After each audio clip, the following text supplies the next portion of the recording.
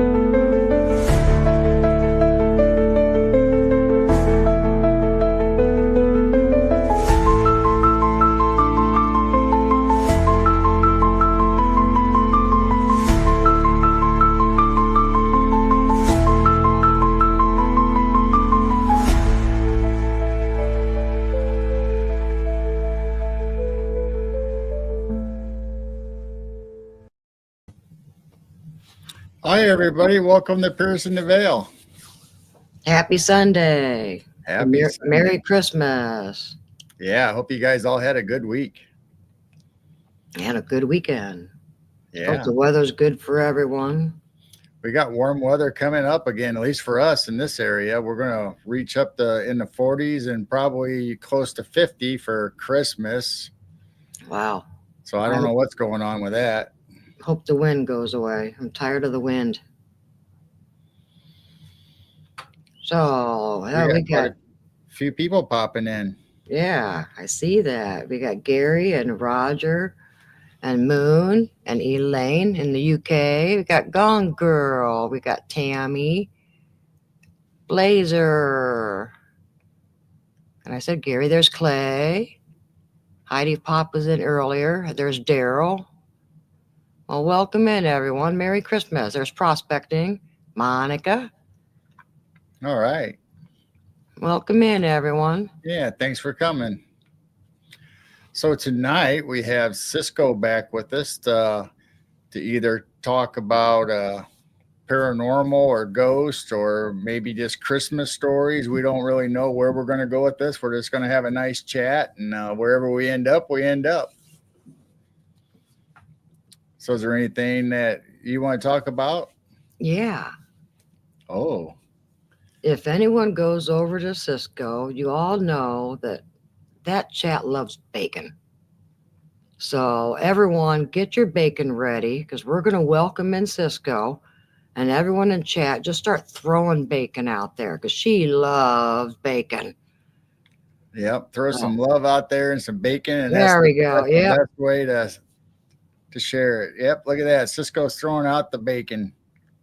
So you go into her chat, you just see bacon flying all over the place. All right. Well, on that note, let's welcome her in. Yeah, let's bring Sysco up and we'll get going. Hello, everybody. Welcome. Hello. It's good Glad to be to have you. I'm telling you what, I slid it, hit the chair, woo, here I am.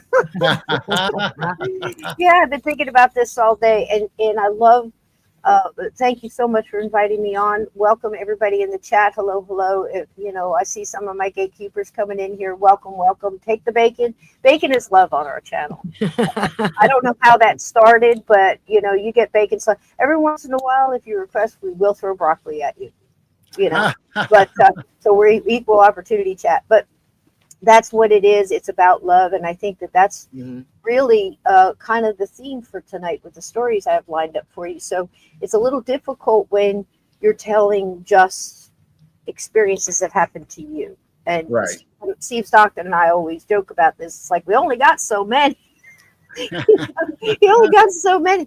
But so if anybody in my chat has heard the stories before, absolutely, you more than likely have, because they happened to me. They really happened, and you can't really change it from that. But I think the last time I was here, I told you a little bit about some of the adventures of Gettysburg, and some seeing family members and people like that, and learning about it as I went. This has been, it'll be 62 in a couple weeks.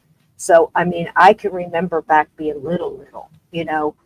Some of it's real blurry and some of it's very crisp and clear because other things I believe happened around those things to reinforce the memory, if that makes sense. I'm no, Right. expert, but when it comes to those kind of things, people normally say, how can you remember back that far? Well, in my case, and I think I explained this last time, when I was very young, my mom and dad got a divorce. Everybody went their separate ways. I mean, everybody was in my siblings, my brother, older sisters were all graduating high school at this point in time. So they're all, well, we're going to Florida together. We're going to try this. We're going to go over here. And my mom and I took off and we went to her job. So I think as a child, one day you're at this big long table and family dinner is 11 people and the next day it's 2. I Right. think you hold on to those memories a little tighter because you slowly start realizing that you're not seeing these people anymore. You're trying to put it together, what's going on in your life. And I think that makes you hold on to those memories a Right. little bit stronger, a little bit tighter, if that makes any kind of sense. So Mhm. Steve and I were talking about that. He has memories of, very young, seeing ghosts clearly, and I have, all the ones from the farmhouse. I think I told you some of those before, but that's the main thing that, people say, well, do you have any other stories? I can only tell you what happened to me that, firsthand. Now, other people's stories, I'm full of them. But tonight I thought, I'm going to tell you a couple. There's about 3, and they all have to do with my main focus on my channel, which is getting people to understand ghosts were people too. And that, like Hans Holzer always said, I'm not afraid of ghosts. They're just people in need of help. That's how I look at it. And I thought, man, if I could get people to flip and understand the miracles, the love, the whole miracle, the whole thing that, energy doesn't die. We just change. Right. Right. Like boiling water turns to steam, that kind of thing. So And what do you think about the theory or the speculation that the dimensions and the past lives are right here next to us? We just can't see them. I think it's so interesting. Quantum entanglement, things mixing in, crossing over, split souls, very interesting. Where people could, several cases where I know for a fact that I'm in a room with multiple people with abilities, and we all come up with the same thing. It's like this, she's only half here. Some of her crossed. I think that is so amazing. Like, how does that happen? Right. But it's not, if you think about it, it's not very much different from someone having a split personality. A real one. One comes out to protect the other, and the other, they have no real knowledge of each other, completely different. And there's just so many things that seem to be so simplistic in this life of ours and the afterlife, and so complicated at the same time. It's just Right. an amazing thing. You can never quite put your finger on it. It's like the bullseye keeps moving, Right. But the things that I feel confident in saying, or like I said, that energy continues on. I've had so many things in my life tell me that. And then you think of Christmas time, you think of all this craziness that's going on. Merry Christmas, Gary. And you think all these crazy things going on, and I like to give people an anchor, especially light workers. Light workers have it so hard, if you're a person that really wants to put more light in the world than to darken it. If you have any kind of abilities whatsoever, if it's your thing to go and fix everybody who's sad or help people, you know what I mean? Yep. Lots of different light workers. You could be empath, you could have ability, you have any combination of things, but almost you feel like your sole purpose on this earth is to help nature, to rebuild nature, to, spread kindness, Mhm. and that kind of thing. Now, does that mean light workers don't get mad? No.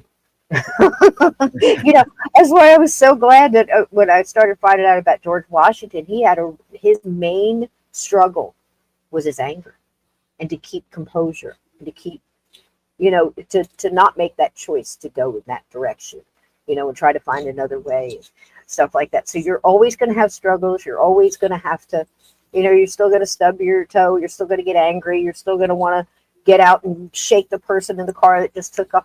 But it's about what you do, Right. So it doesn't mean those struggles stopped. Actually, they get worse because now you can really test it. You're getting that, you're earning that galvanized armor, Mhm. So, but if you know about a few things that in those hard times you can look back and go, all these stories can't be complete garbage.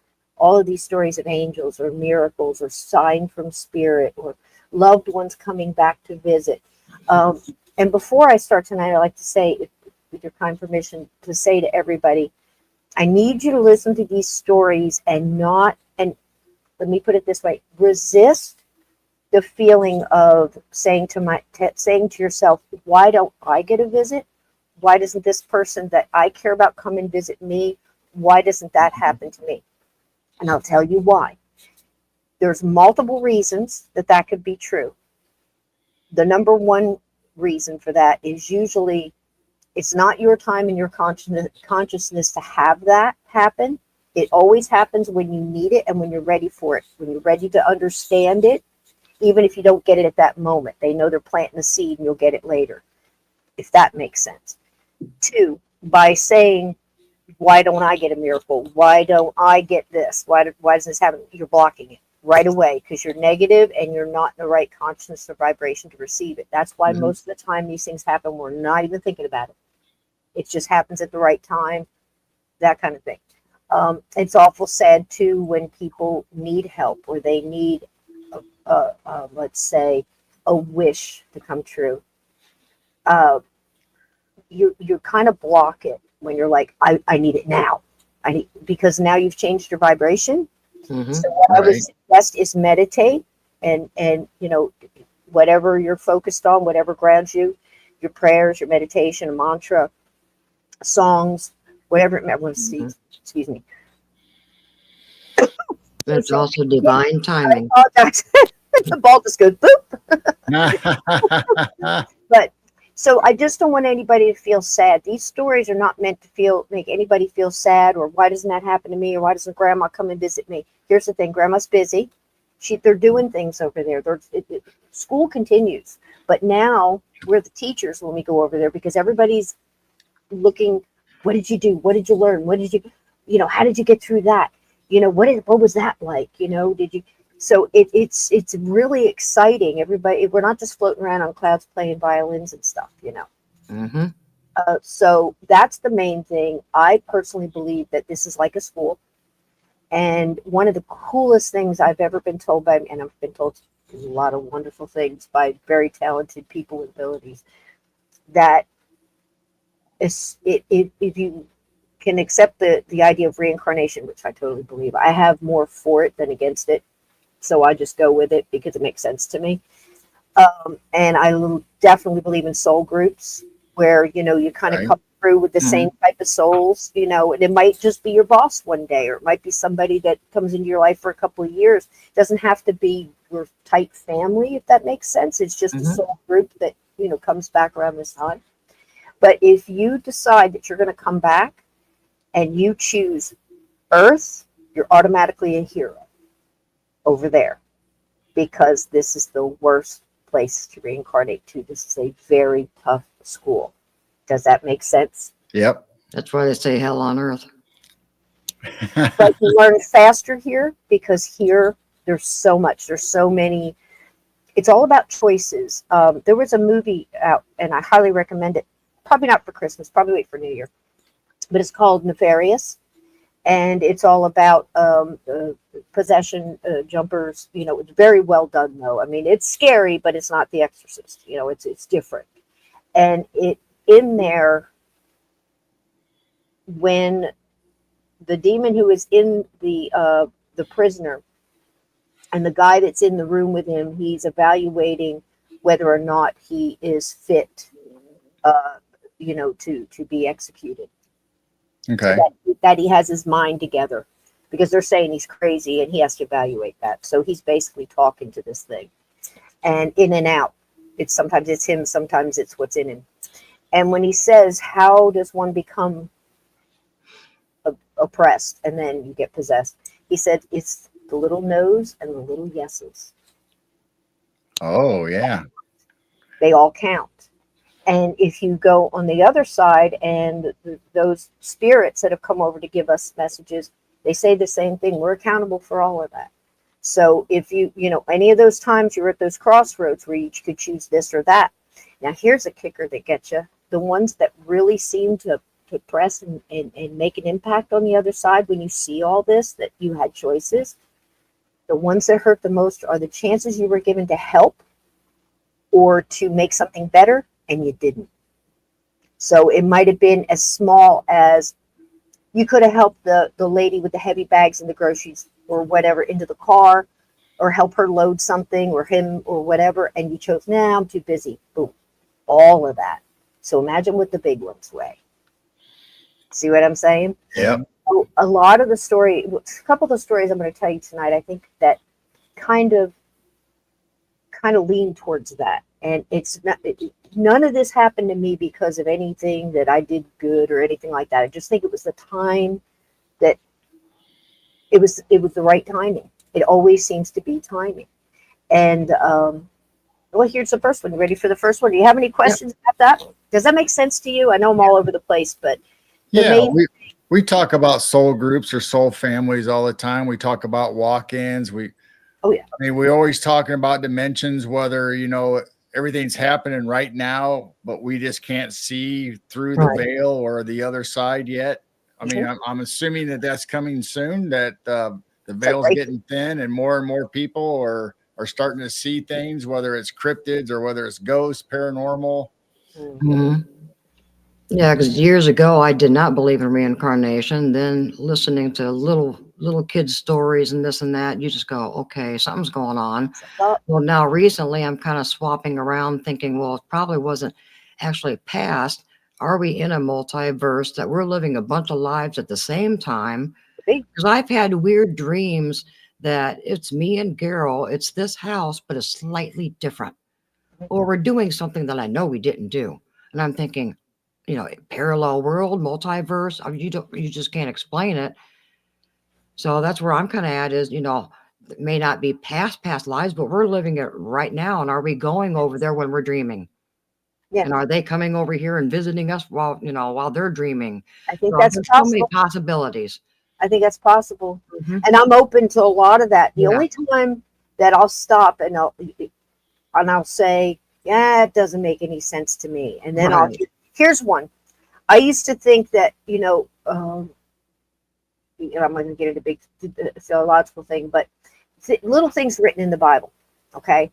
And I would listen to them. I'd say, like, touching the pigskin on a Sunday, or, little things where you see these, and I think, okay, I'm going back and forth. We can't really pick and choose. It must be in there for a reason. Now, like, oh, gosh, like, how crazy.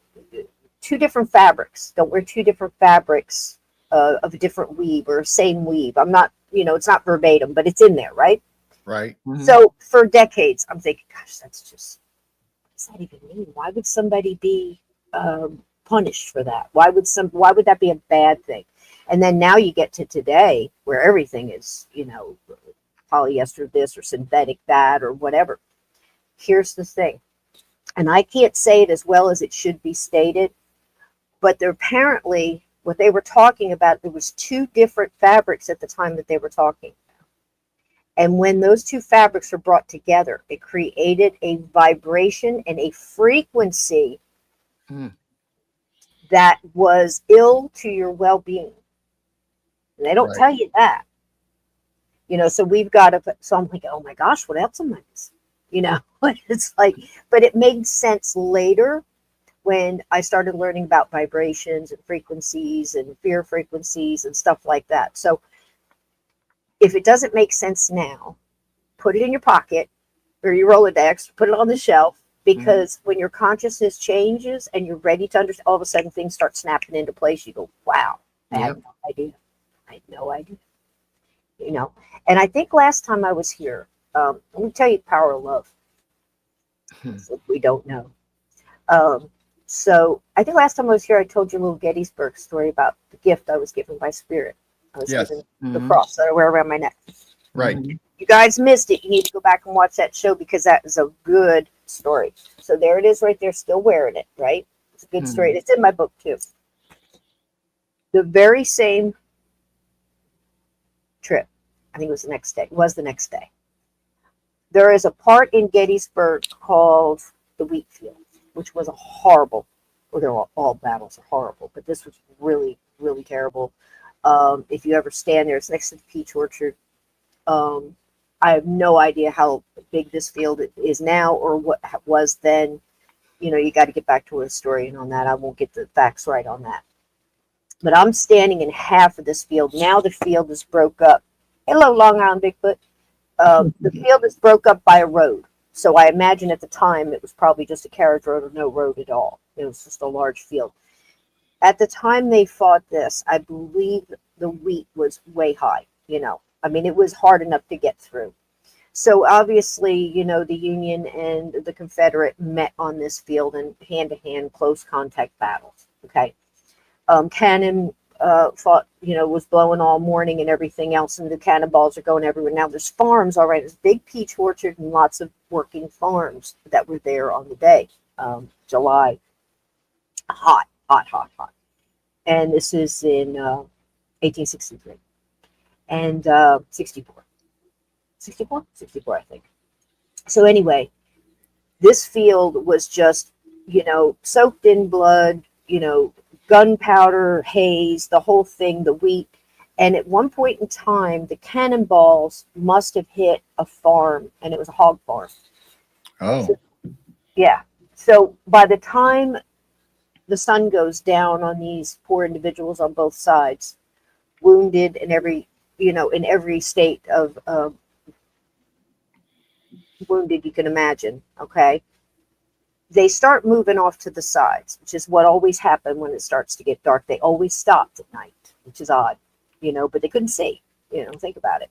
Right. So while they pulled off to their sides, all their wounded mixed in the middle. They're hollering, they're yelling, you know, they can't get help to them. It's just a horrible, horrible thing to think about, that you have to sit there and listen to your buddies yelling for help. You can't help them. Then it got worse because the hogs got loose. And now the hogs are hitting the wounded. I mean, it's just a horrible, horrible night. Okay. And right before we left Gettysburg, I was trying to make all my little marks, you know, top of a little round top, and I'm going to go over Culp's Hill, and I'm going over here. And I had to get everywhere, you know, just put my feet on certain ground. And at this point in time, my sons went off. They were reading, you know, there's lots of monuments and stuff there. They're way on the other side of the hill. I said, I got to go in here for a minute. I got to talk to these guys because I could feel them there. And it's still daytime. It's about 4 o'clock, I think, in the afternoon. And I walk out in the middle of this field, and I have some pictures. I don't know if I can share them or not. I might be able to. I'll give it a whirl, but I'll tell the story first. So I'm standing in the middle of the field, and as an empath, I'm a 3-4 level empath, and all that means, that's not a rank of any kind. What it means is I've got about 4 of the different sections of being an empath. So world, you know, you're global. If the world is in trouble, you feel it. Good on me. Animals, nature is in trouble, wildfires, things like that. I feel their fear, you know. Right. And people, you know, around me, you know, there's certain places Steve and I talk about all the time. You can't go in. Diners are hard for me. You have to walk past all these people at the booths and stuff. I don't know why, but it just resonates in places like that. So I can feel this, and it's like a weight on my center, just heavy. So I'm standing in the center of this field, and I'm just looking around me and going in like a 360, trying to figure out where to aim just this blessing I'm going to put out. And they're all around me, and it's just so cumbersome, and I can feel them coming in, and they want to know what I'm doing there. You know, I'm not hearing the words, I'm feeling it.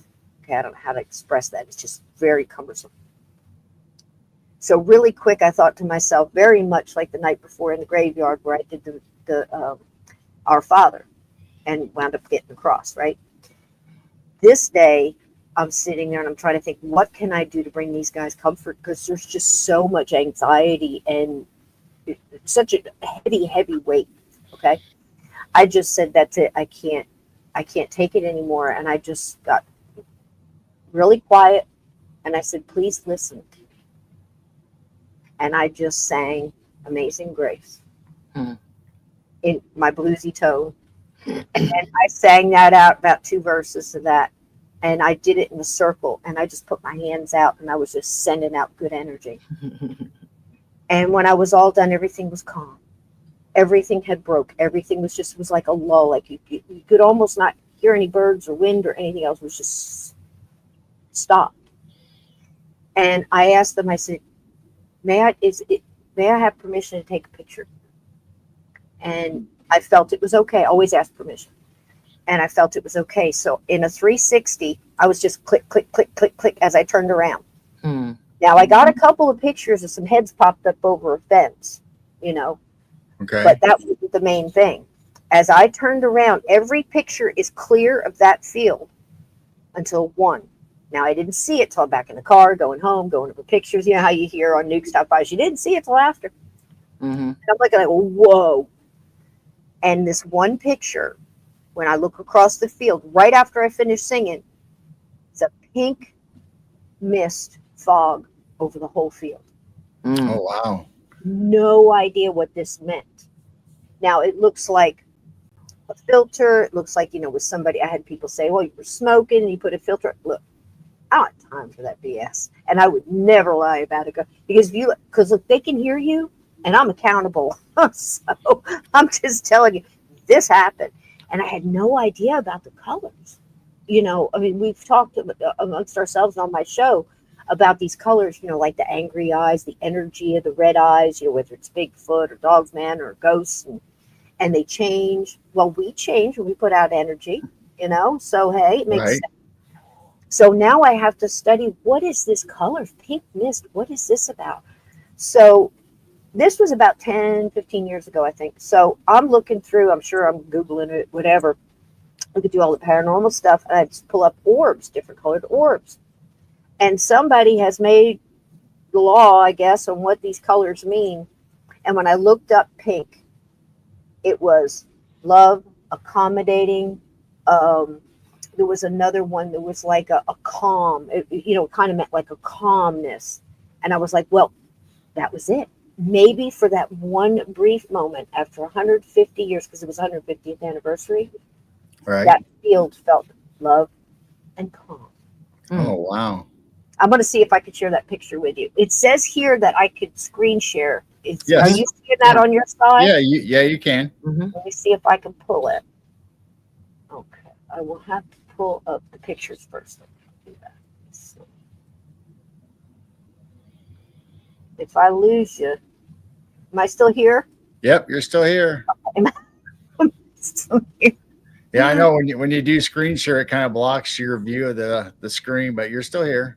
Okie dokie. All right. And I've got 2 StreamYards up here too. So guys, this is going to be fun. Don't tell them what buttons I'll push.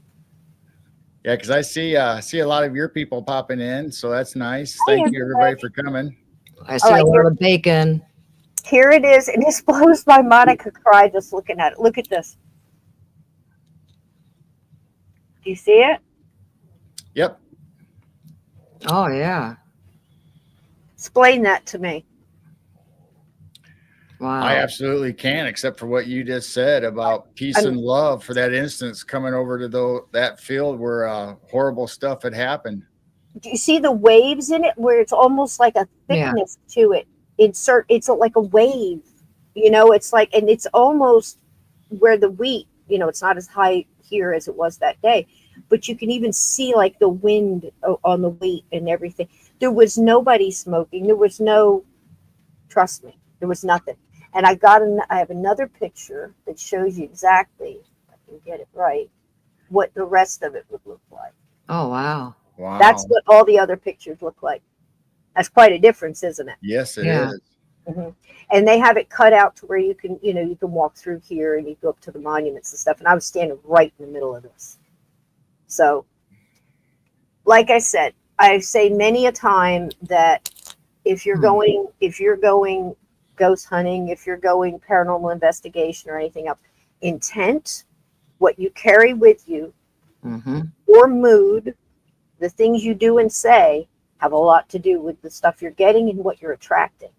Because if Exactly. I'm standing in a field that probably has, I would say, at least 100 ghosts that have gathered there, because they didn't have to die on that. They just gathered toward the light that they're, Right.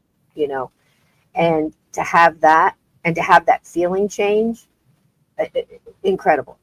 The power of love and kindness is so strong.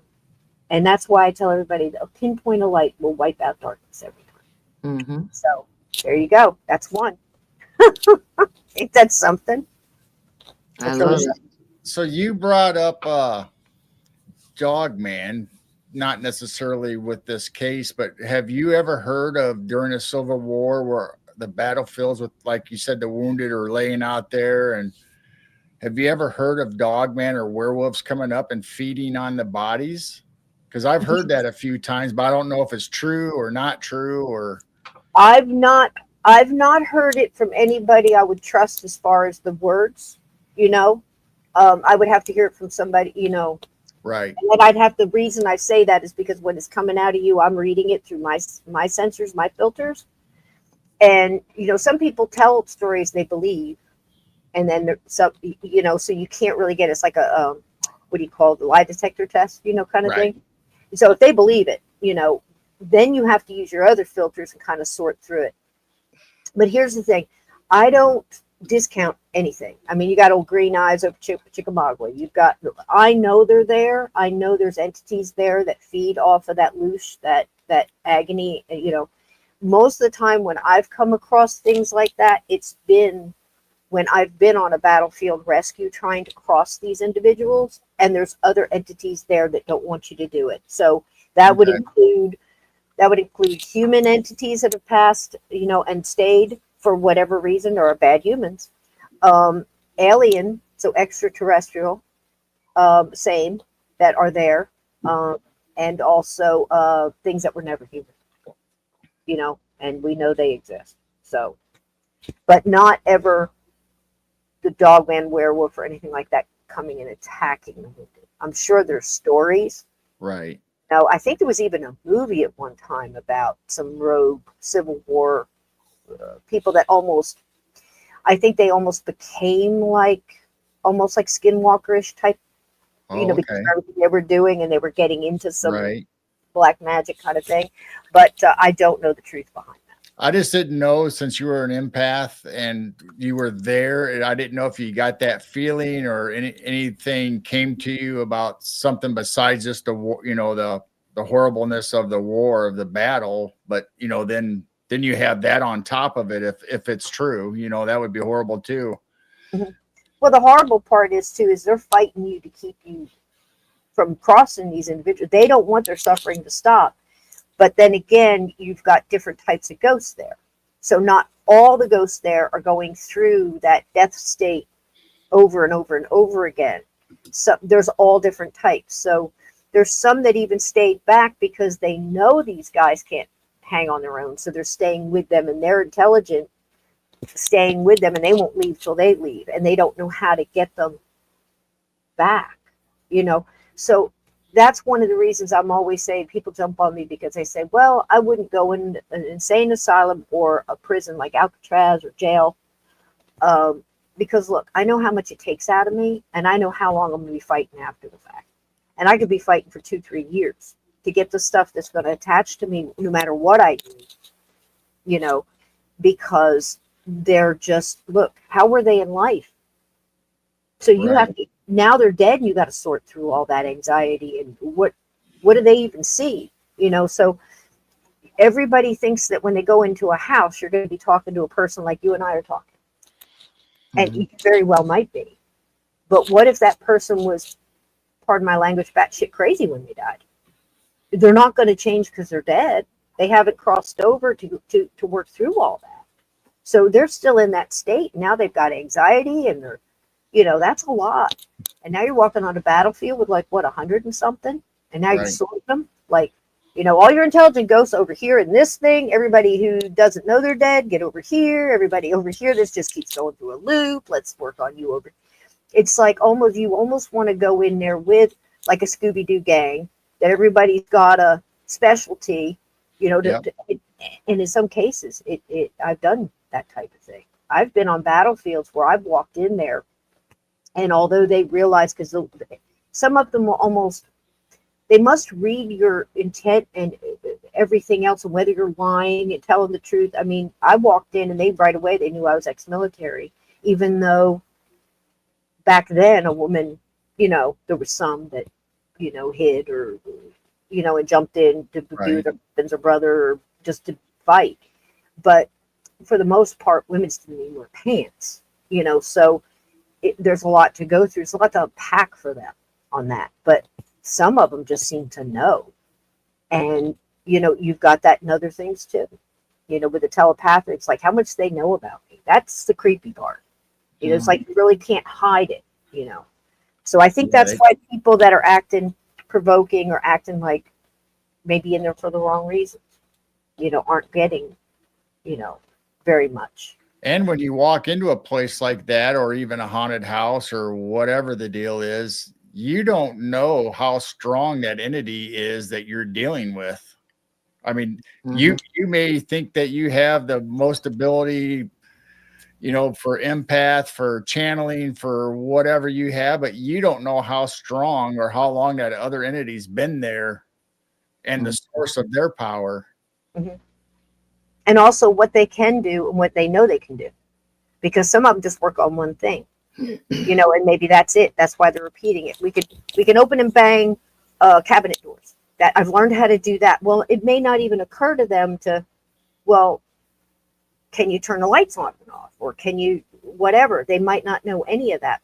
It's like I often bring up the movie Ghost, because Patrick Swayze, the way they did, somebody knew what they were doing when they made that movie, because it took him to work that penny up, or he was on the subway trying to learn to kick the can. He's like, you're trying too much. You're thinking about it too much. You're doing, all these things until he got it. That happens to a lot of ghosts. So, and I think it also bothers them a lot when, they, knock on the table 3 times, whatever, or we'll do this if you, I don't do stuff like that. I just think that's so mean. And I'm not putting anybody down who does it, because if you don't know, you don't know. But think about this, how much energy it takes them to manifest that knock, knock, knock. Now they got, oh my gosh, I got somebody listening to me. You can hear me. You can, oh my gosh, I might get help. And then they get so excited looking at and then they leave. I can't imagine anything sadder. Or promising, we'll get you candy if you, do this. And then they just leave. And after a while of that kind of thing, I can imagine how devastating it must be. This was a person, and, I've seen people, flip out of Walmart because the line's too long. Can you imagine what a ghost is going through after 150 something years? I mean, it just breaks my heart to think about this. And then I think about, what if it's somebody wouldn't you want somebody to go in there and help that person? I had a medium, more than one, think that they were going to slap at me. And they're broad, honey. But come in and say, I think it's just arrogant for, people to go in there and force ghosts to leave. And I'm like, whoa, I never said I forced anybody. I go in there and I have a conversation with them. We figure out where they're coming from, what they need, what their free choices are. By the time I'm out of there, they know all their options and they can do whatever they want. It's free will. That's how they got there in the first place. But hopefully I planted a seed of light and love to connect them into that. Now they're making a choice. Look, if you don't want to cross over because your ex-wife is over there, let me tell you something. All that's settled. None of that. It's not a problem. Yeah, she knows about the mistresses. And guess what? She did things too. But if you're in that soul group, here's the kicker. And I love this part. If you're in the soul group and you believe in that, and then you all got together and you did a contract, like, because you get excited when you're over there. It's like you're all full of beans. It's like, oh, give me this, and oh, give me one of those. I can handle that. And this time I can do it better. And give me that, and give me all this bad stuff that's going to happen to me, because we only learn when we go through heavy stuff, right? Think about it. So we pick up for that. And then we get over here and we forget that we picked it. We forgot that we got with the group and we made a deal that, you're going to do this to me. It's going to be horrible, but I'm going to forgive you because we're doing it to learn. And it's going to be great. Like we're going to go put on a play. And I think over there, it kind of seems that way here. But here, when you're stubbing your toe and you're breaking your leg and you're breaking your heart and you're sick and things are hard, you can't pay the bills, you go, what did I pick this for? But it's kind of that drill sergeant, good teacher, good parent, great, grandpa kind of thing to say. Is like when the person comes up and says, my life is terrible. This is happening. This is happening. This is happening. All this horrible stuff. And that annoying person just looks at you and says, good. Good? What do you mean good? All good stuff happens. This is where you're going to learn. And that is a sum up of, I think, why we're here, if that makes sense. So you brought up an interesting point, and I've talked about it before, and I know Jane has, and people that don't want to cross over, are those people newly dead and they don't know how the process works? Because if you're in a soul group, I would assume that you'd want to go back and hang out and get another reassignment. I mean, I don't think if you're in a soul group, you would stay behind because somebody else is on the other side, because you already knew that because you came from there. Are you here or have you crossed over? Because if you're here, you don't know anything yet. You don't know any of that, even if you're dead. Here's a quick. There was a man, and he's sitting at the table, a kitchen table. I picture one of those gray ones with the swirls that look like old marble, 1950s. Right. This kind of thing. Okay. He comes in all the time, and he sits at that table. They smell the smoke. They hear the chair. Sometimes things move. Sometimes they'll hear like a grunt, or an early morning before coffee, something like that. They called him whatever. They made up a name and called, well, that's Harry. He comes in here and he's, they had a little story. Okay. Story was wrong. His name wasn't Harry. But here's the deal. Harry was a good guy. He just lost it when his wife passed. His wife was the light of his life. His wife kept him together. His wife was the light in the house for him. And Harry just got very sad. Again, his name is not Harry, but we'll just call him that. He got very sad. He got into this very let's just say gray, dark emotion, depression, of course, in his life, and he passed there in the kitchen. Now, it's not he was a bad guy. It's not that he was afraid to cross. He didn't know what to do.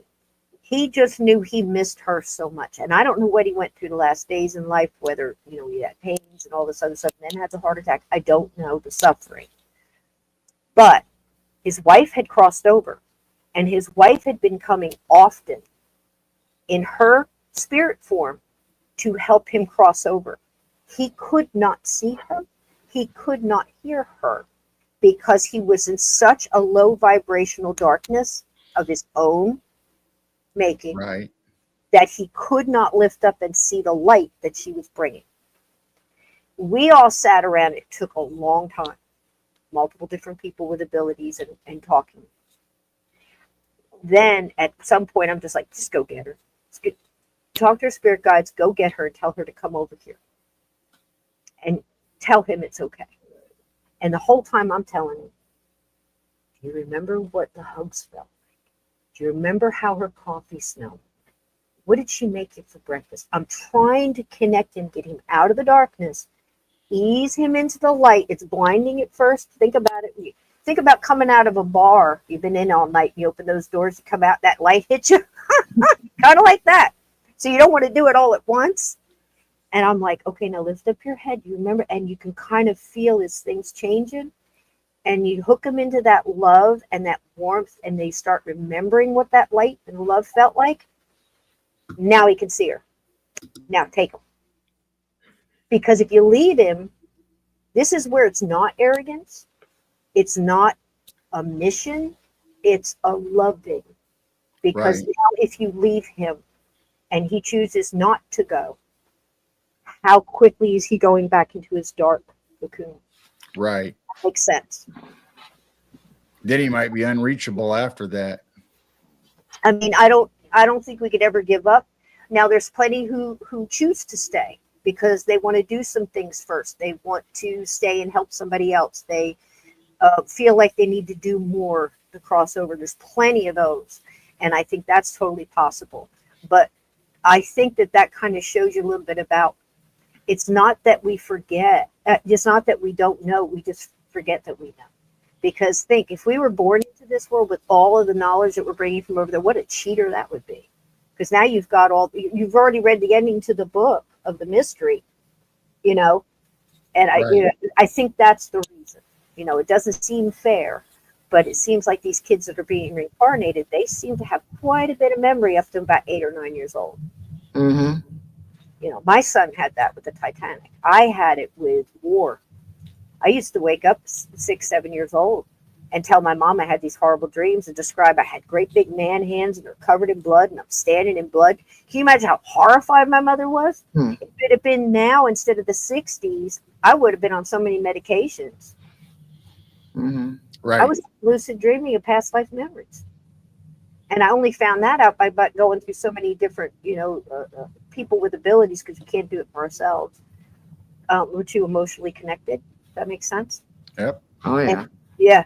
And when I realized that one, boy, that was a light that went off. I went, oh, okay, that makes sense. Because we start putting our own personal stuff into it, and now you're just messing up everything. You have to have somebody else do it for you. So I was told that I've probably been a soldier in most of my past lives and a warrior. And this time I tried to do it again, and the universe went, It's like I did great, but I was going in, I was never going to get married, never going to have kids. I was going to be a career soldier, and I was just, just put me in, coach, Like, and then the universe went, watch this. We're going to let you do it. You're going to do great. I felt like I was home. I felt like John Wayne out there, chin strap, going, I'm chewing gum. I'm just walking. It was like butter. It was so simple to me. And then the universe went, and totally changed everything. Do you think most people have the same type of occupation? Like you just talked about being a soldier. You think they're career soldiers through their afterlife, or do you think they venture off into different stuff? I know soul families can kind of pick and choose whether their dad, the mom, the aunt, whatever. Oh, yeah. Yeah. But do you think people have occupations over and over again? I think you're drawn to certain things. Here's a fun one. Like they'll say old souls. A lot of people are old souls, and I think that's more common than not. I think, most of them are. There are some new ones, and because there's plenty that say, I'm done. I'm good. I'm good. And the only reason you choose that, my understanding is the only reason you would choose to come back is because you come back as a higher vibration. And there's always, you could do better. So there's going to be those people in the corporation that's like, I'm good right here. I got my office, I got my window, I got my desk, I'm good. I don't need to learn anymore, whatever, and elevate higher. Vibrate higher. So you're on a different vibration level. That's why I think all of this is absolutely possible. The parallel worlds, the multiple, all of that. Who am I to say? I just think it's so wonderful. There's so many things in the paranormal, supernatural. There's so many scary, scary, dark things. Absolutely. My main thing is to come and I'll talk about them. I have no problem talking about them. There are certain things in Native American culture I won't, Right. because I know. I know. And you get these cheeky monkeys on. It's like, I played with Ouija board. Nothing ever happened to me. Oh, really? Anything happened to your neighbor? How about your grandma? How about your girlfriend? Because time is on their side, honey. All they need is that crack, and they could wait lifetimes. You know what I mean? And you don't even know. It's like you might have did it, and then you found out, your tire, or your job, or your divorce, or a kid gets hurt, or something like that. Or you start getting sick, and your personality starts changing. You just don't even realize it. So the thing is, it's not the Ouija board, it's the invite and the permission. And you can do it with a glass and a Sharpie on the floor. You're just giving. And here's another thing.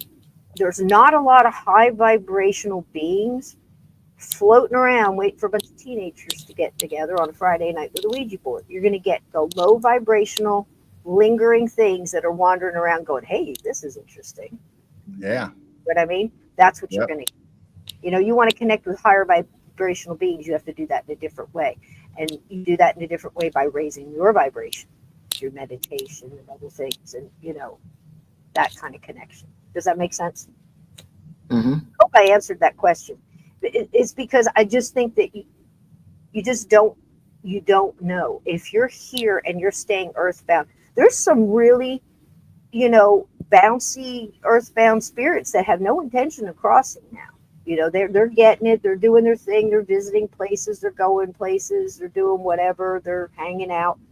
A lot of them are hanging out at bars. I know we talked about that before. Those are jumpers and stuff, because they want a little taste of that alcohol or that drug or whatever it may be. They're real quick jump in, jump out kind of thing. Not very long. Almost like a walk in, but that's different, or a step in. That's different. That's usually a higher vibrational being that has to come in and take over for a minute because they know you're not strong enough to get through it, and it's imperative you do. So a lot of times you get a jump in, like you don't quite remember what was that, that kind of thing. So that's interesting. People are saying they're hearing a clicking in the audio. So I don't know whose end it's You got it on. clicking? Yeah. I'm not moving, so I don't think I have anything open that would do that. now Let I me don't I hear don't it. know. I don't hear it now. Okay. Maybe it was something open. Close a couple tabs here. Maybe somebody's munching on bacon too loud. Could be. Maybe it's somebody trying to talk to us. Could be. All right. Here's one for people. Christmas angels. I think we think about those a lot. But look, angels are here all the time. There's good ones and bad ones. We all know about the fallen angels. They were all angels. And I'm no expert on it. So I'm using the word angel because look, spirit guides could be anything. It could be animals. It could be, people that have passed over that were human. It could be ascended beings that were never human. There's multiple spirit guides, and we all say about the guardian angel. We're all born with angels. Nobody comes in alone. Nobody leaves alone. It's just the way it is. We're all assigned. And your spirit guides also change throughout life. You might have one or two that come in with you with your soul when you're born, but they add in and others step in certain times of your life. So experts, like we're going to come in and hang with you at this time to get through whatever this is. So, hey, you married a crackhead. We're going to ride with you on that, because this is going to be as much for you as it is for them, and everybody included in that. It could be a neighbor, it could be a postman. Everybody is included.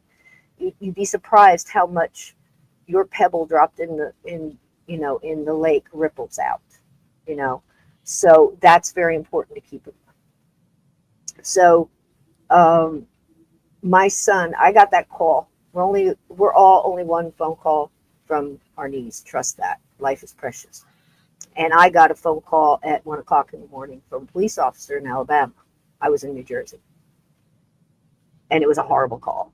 And my son was in a horrible wreck, my adult son, in Alabama. And we had that discussion, and he's talking to me. I know it's not good. He's doing a very good job not telling me that, but I know it's not good. So fast forward, I find a way. I don't even remember how I got on the plane. I went out 2 different planes, and I got there. I was there within maybe 22 hours of the accident. And incredible.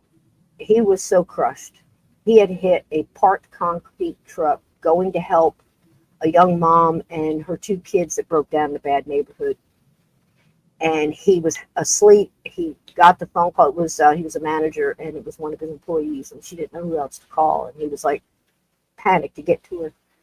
He turned the corner where earlier there had been nothing there, but they're doing night construction and no lights on, no nothing. Mm. And bam, he was doing about 80. It's a concrete truck. It's in a Jeep Cherokee. And jaws of life, the whole thing. He was completely crushed. He had no face. His head, the whole side of his body, all kinds of things sticking in and out of it. Mm. So by the time I got to ICU, I'm talking to people the whole way on the trip. Just get me there, just get me there, just get me. I'm not walking alone. I got this. We got this. Whatever. We got this. Because I know he's learning too. He was a fast tracker, my kids. Fast trackers are people that come in and try a lot of things all at once because we're in a big hurry. Your soul's in a big hurry. We're doing it all. That's your fast tracker. So I had 2 of them.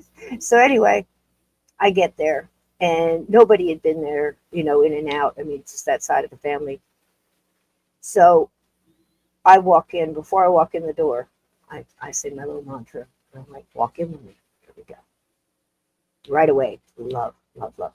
Like I said, head and face. So you go in there, you walk in love and light, pure. I walked in singing his favorite song. Music, telling you. Walked through, the nurses are looking at me, and I'm touching him, and the parts that weren't hurt, I'm showing him I'm there. My boy. his heart rate goes back down. I'm watching the monitors. And I'm like, ladies, I got it from here. Just keep doing what you're doing. This bitch ain't leaving. I slept with him on the floor 38 days in ICU. Okay. Wow. So this first day, I'm reading to him. We're doing all the things, you know, and he responded. He responded. They told me he wouldn't. He did. So tell me what he's going to do. God's got something else in mind here. So I'm talking to him. I'm loving him through it. So you have to leave an ICU when the nurses change shift. It's like 6:30 in the morning, 6:30 at night. You got 20 minutes in there where you can run and pee, grab a biscuit, whatever, and get back in there, because I did not leave him alone. Not really. That's the only time I would leave, when I had to shift change. So I would go downstairs, 14 floors, whatever it was, go downstairs, go out front, go across the street, smoke a cigarette, make my phone calls, check in with people. So I was always joking with him and laughter is a best medicine. So that's just how we are. And he's basically in a chemical coma, and they told me he couldn't hear me. Bull. Don't ever believe that. They hear you. They hear you. And they feel you. So before I left, I always told him, I'm walking out of here. I will be gone 10 minutes. I am not leaving. I won't ever leave you. You have to reassure them that they're not alone. Okay. And I said, you know, I just 10 minutes and I'll be right back. And, you know, and your nurse, and I gave them names, and, you know, said the names of the nurses that were there so he would know who was in the room. And you could see little ticks, like the little part that could move on his mouth would move up, like he'd try to smile, or he'd try to squeeze my hand. And I said, you hear me? And he'd do this. And I'm like, okay. And I said, look, I'm not leaving you alone either. I said, there are so many of your loved ones I feel around you, and your angels are amazing. I can feel them. I said, the love in this room is astounding. So I know I'm not leaving you alone. Now I said, I don't think your main guardian angels are here. They're in a bar in Jamaica having some well-earned margaritas right now, going, that young man. Oh my God. Having a nice laugh. And his little mouth went up. And I said, but I'm telling you, your grandmother's here, both of them. And I said, Archangel Michael is standing right there. I feel him. I said, so you're in good hands. I'll be right back. And I ran downstairs. The elevators go downstairs. Now, this is where it starts. Go across the street. I'm smoking a cigarette. I'm talking to my friend Mario. Mario is very concerned. He's still in New Jersey and wants to know how things are going. So I took a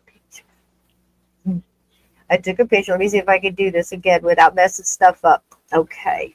This right. So here. So I took a picture and I said, well, the hospital is really beautiful. This happens to be Huntsville Hospital, Huntsville, Alabama. Wonderful hospital. It's a trauma hospital. They flew him in a helicopter over 4 hospitals to get him here. I don't think he'd be here if he wasn't. This is an amazing hospital. Everybody in here was amazing. Those I didn't fire were absolutely amazing. And I have no problem doing that either. Get out, give me another one. Nope. So, and you can do that, folks. So I'm across the street and I'm talking to my friend Mario, and he says, well, is the hospital nice? And I'm like, yeah, let me take a picture and I'll show you. So I took 3 pictures, and I was on the phone with him. And I don't see him yet. One second. I think I can get it. Okay. Now it should pop up. So that's the hospital. So as you can see, I'm across the street. Okay. Beautiful hospital, waterfall. These just lovely people. Okay. So when I walk across the street, do you see this little red sign that says wrong way? And then it's got another sign above it. Yeah. Right to the left. And you see that little curve that does like a kind of a U thing.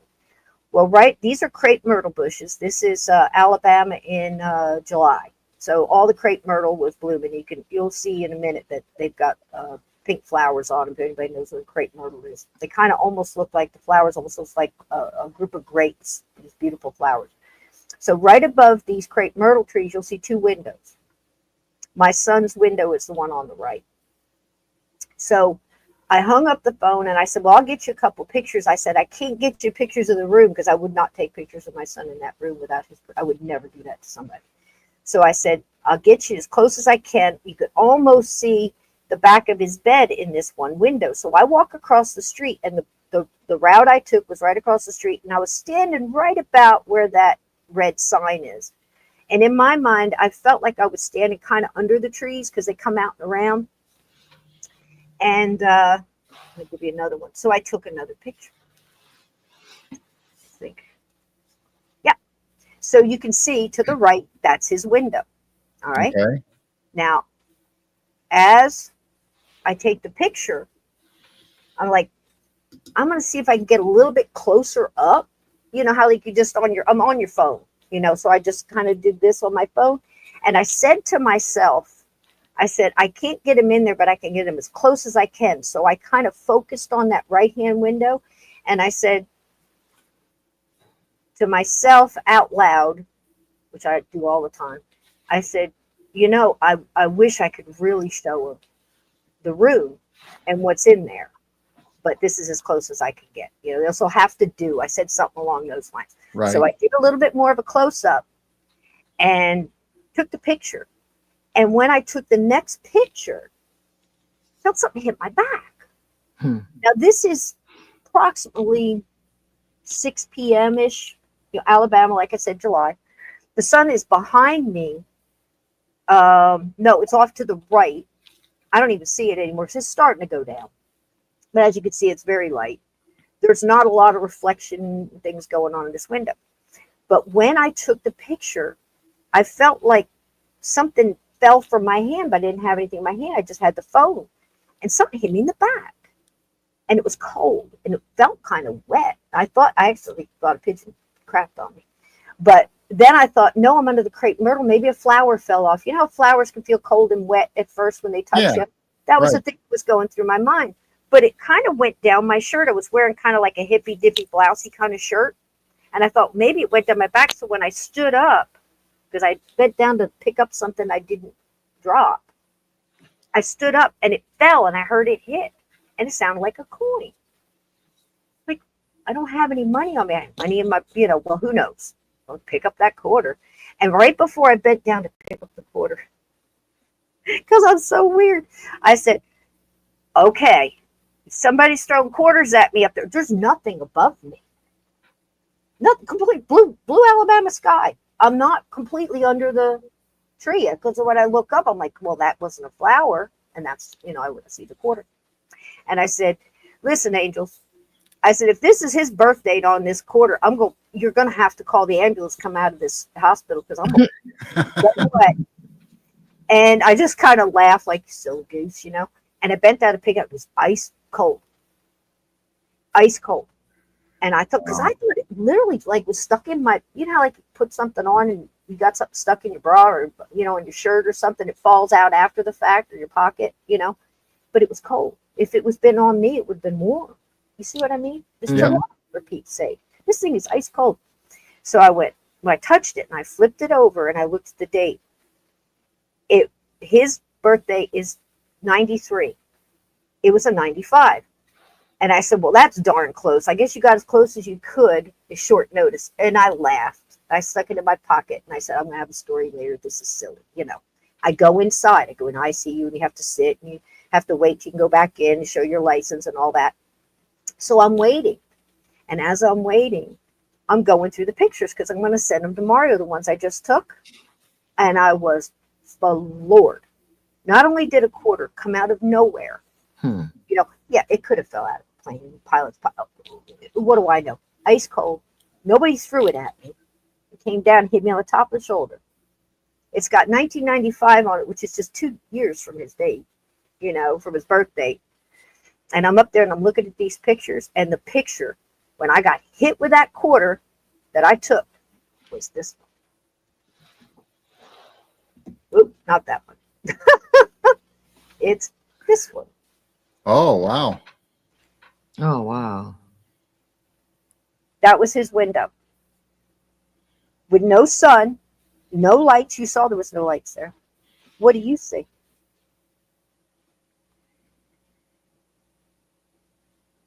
You see that white glow right there? I see a lot of energy. Uh-huh. Now look at the form in the front. What I see, that's Archangel Michael. Those are his wings. And all the things around him, behind him, are all the people I felt in that room. Because I said he's right here, and all your loved ones are here with you. That's what I saw. Oh, I do. Wow. I do see. It looks like two wings going up, and the head looks like it has real long flowing hair. Michael is one of my absolute favorites. He's the one I call to go into all these dark places, and he's the one I call. I talk to him like I'm talking to you right now. He is the absolute bomb. He is a warrior angel, and he has never, ever, ever, ever, ever let me down. And I think this was just something to give us both strength to get through, because there was no reflection. There is no reason other than paranormal, supernatural, metaphysical for this to happen. And I saw it like that, and I just went, Michael. Wow. It blew my mind, and because I felt it. So to me, this was just a confirmation that, yeah, we're here, and he got me through it. So there you go. That was something. So to add on to that, this young man could not speak. He had his jaw was broken 7 places, mouth wired shut. And as soon as you could say a little bit, you know how the nurses always ask you every time they come in, what's your name, what's your birthday? Mm-hmm.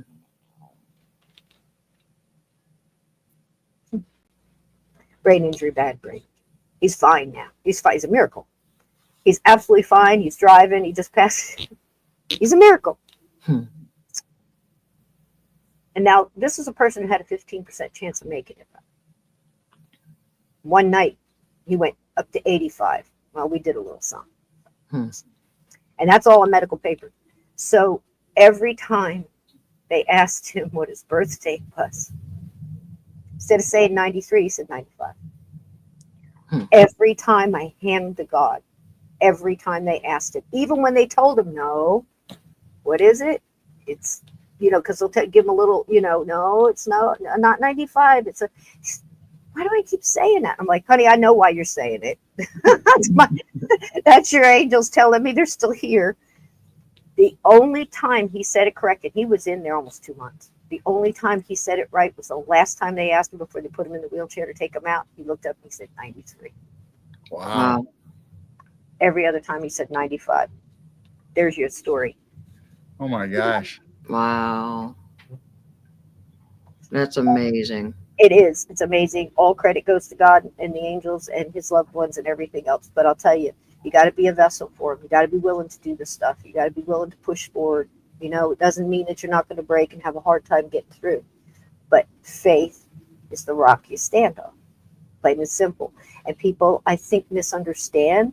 It's not, faith is having the belief that it's going to turn out the way you want.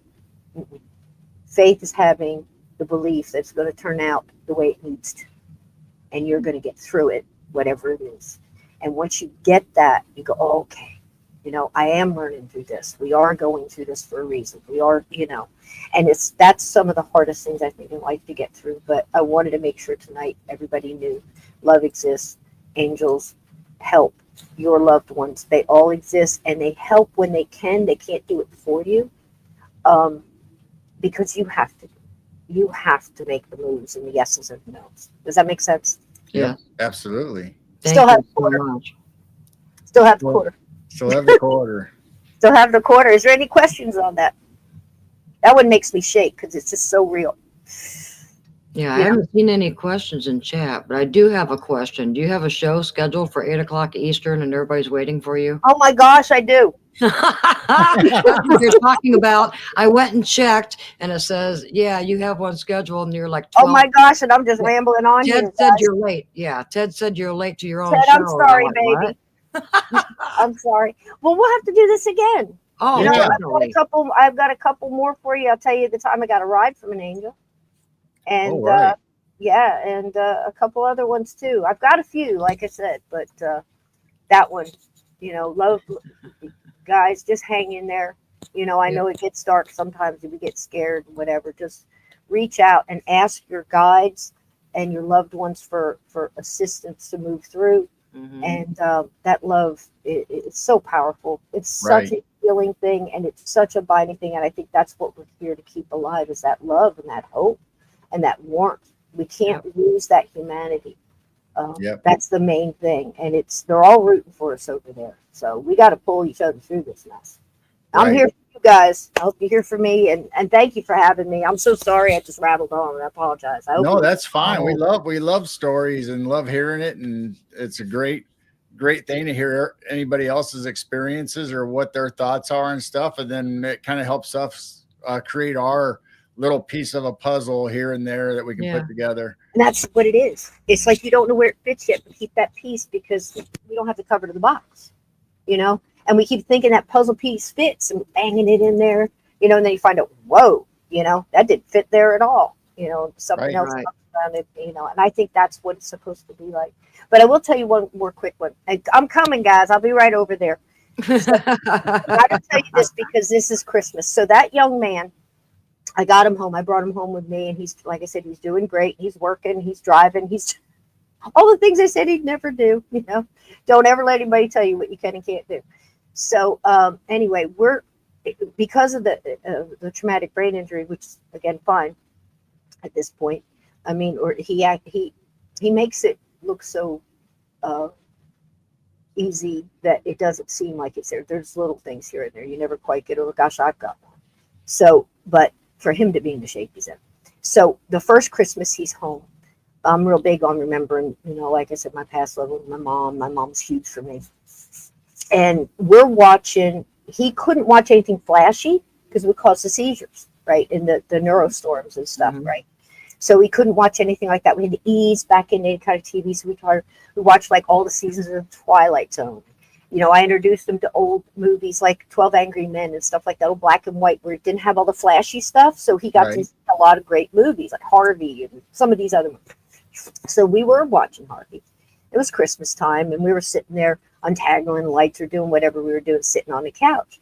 And after the movie, I think Turner Classics or something, they have little snippets in between, like an intermission, where they have they'll show you a clip of something, the past Christmas movie or something like that to highlight. This one happened to be from The Great Caruso. It was Mario Alonso singing Ave Maria, which is absolutely gorgeous if you've never. It was sung by Mario Alonso. And that was one that came on all the time when I was a kid. My mom would just stop. That was her favorite singer and her favorite song. So as we're sitting on the couch, I'm kind of telling him, I've got it pulled up to where I can tell the words, because he's singing in Latin, what they mean, so he could make a connection. I'm telling him, this is your Grandma Peggy's favorite song. She loved him so much, and we're listening to the words. It's so beautiful. And it finished. We watched the next movie, and we moved on. At this point in time, at this Christmas, I was helping a gallery that had some of my jewelry and stuff that she was doing a big Christmas Victorian thing. So she wanted to have a Victorian seance with a medium that, that can pull that off and do it Victorian with the whole getup and the whole thing. And you have to have a special person that can handle all that, right? And orchestrate it well. She got the flu. Well, what do you do when your medium gets the flu right before, Christmas Victorian seance? You got to find another one. So I put my feelers out. I told everybody, look, I need this, particular type. And they said, okay, great. So I had about 3 or 4 people call me, and we're writing down everything. And this one lady called me, never talked to her before. She was sent to me from a friend. I'm on the phone with her. And I'm telling her what she needs. And I'm like, she goes, yeah, I got the getup. I got an outfit and the whole thing. I'm like, yeah, it's awesome. This is great. This is what you're going to get paid. And are you fine with can you get there? Do we need to get you a ride? She's like, we're knocking out the particulars. She says, Sysco, she goes, I got to stop you a second. I said, what's up? And she said, I got a lady here. And she's not going to leave me alone until let me finish this phone call until I present her. Is that okay with you? And I'm like, I lean back on the counter and I'm like, let her in. She ain't going to quit. That's my mom. Because she's got this like direct link to me, she's wonderful. And I'm just, I'm kind of smiling. I figured it was her. Could have been other people. So I didn't say anything. And I normally don't when this happens. I just, nope, yes, no, because I, again, don't know the lady. So she says, yeah, she said, I'm kind of getting a mother connection here, or an aunt or an older sister. I'm like, okay, yep. And she's going, this and this. She said a couple other things. I was like, yep, that'd be my mom. And she said, was she religious? And I kind of, really religious, deep faith, very spiritual, but I wouldn't say religious. Why? She said, I'm getting religious. I said, tell me why you're getting religious. She said, because she's singing to me. I said, what is she singing? She said, Ave Maria. Oh my. And I just said, excuse me? And she said, Ave, yeah, she's good too. I'm like, yeah, she was. She's a good singer.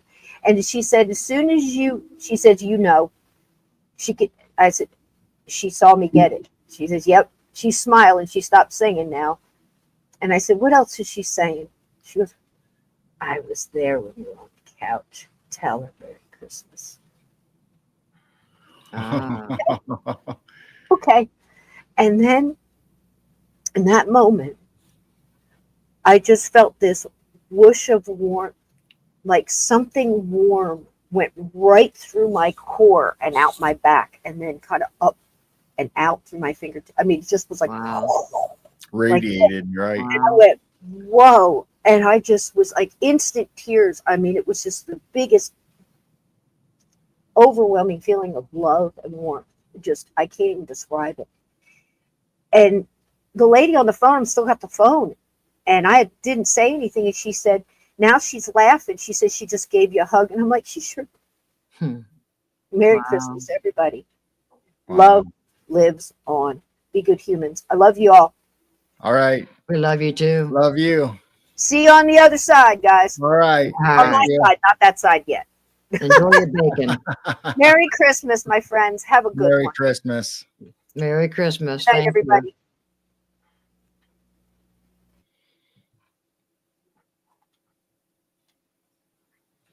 Well, on that note, everyone have a Merry, Merry Christmas. Yeah. And we might be on Christmas night. We don't know. We probably might do will. a We'll night out probably, loud pop Christmas on night. anyway because that's our normal Wednesday night out lounge night, I think, right? So So we'll we might probably see be you on. guys. We don't have big festivities. All the kids will pop in and out and stuff and do it. So we'll be sitting here later in the evening, and we'll probably come on. Yeah. But to Sysco's point, love is the strongest energy, the frequency that can travel and penetrate anything. So make sure that you're sending out love and blessings. And I try to say it, and I try to send out love and prayers to everybody. And the number one thing is you got to make sure that you love yourself. It's hard to generate love outward to other places if you don't love yourself. So you got to work on that first, and then you can share your love and your power with everybody else. And also, my saying, life is like a buffet line. Eat off your own plate. Just focus on your own life, your own journey. Don't look at what other people are doing or saying or how they're living their lives, compare their lives to you. Just love one another, forgive. Just don't hold unforgiveness. We just got to have unconditional love and just love everyone, accept everyone for who they are, what they believe in. We all have our own opinions. We have our own faith. We're walking our own journey. So everyone's walk is totally different. So just love yourself and just focus on your own life. And I think we would all get along better. Right. So having said that, everybody, we're not going to keep you because we know Sysco's going on. Yeah. We know Heidi Pop is getting ready to go on her show. So we love you all. Thank you for coming. Merry Christmas and a Happy New Year. And I'm sure we'll see you Christmas. So we'll tell you again, we love you all. So keep safe, keep warm, and share that love out. And keep your vibrations high. Keep looking up. Love you guys. Love you.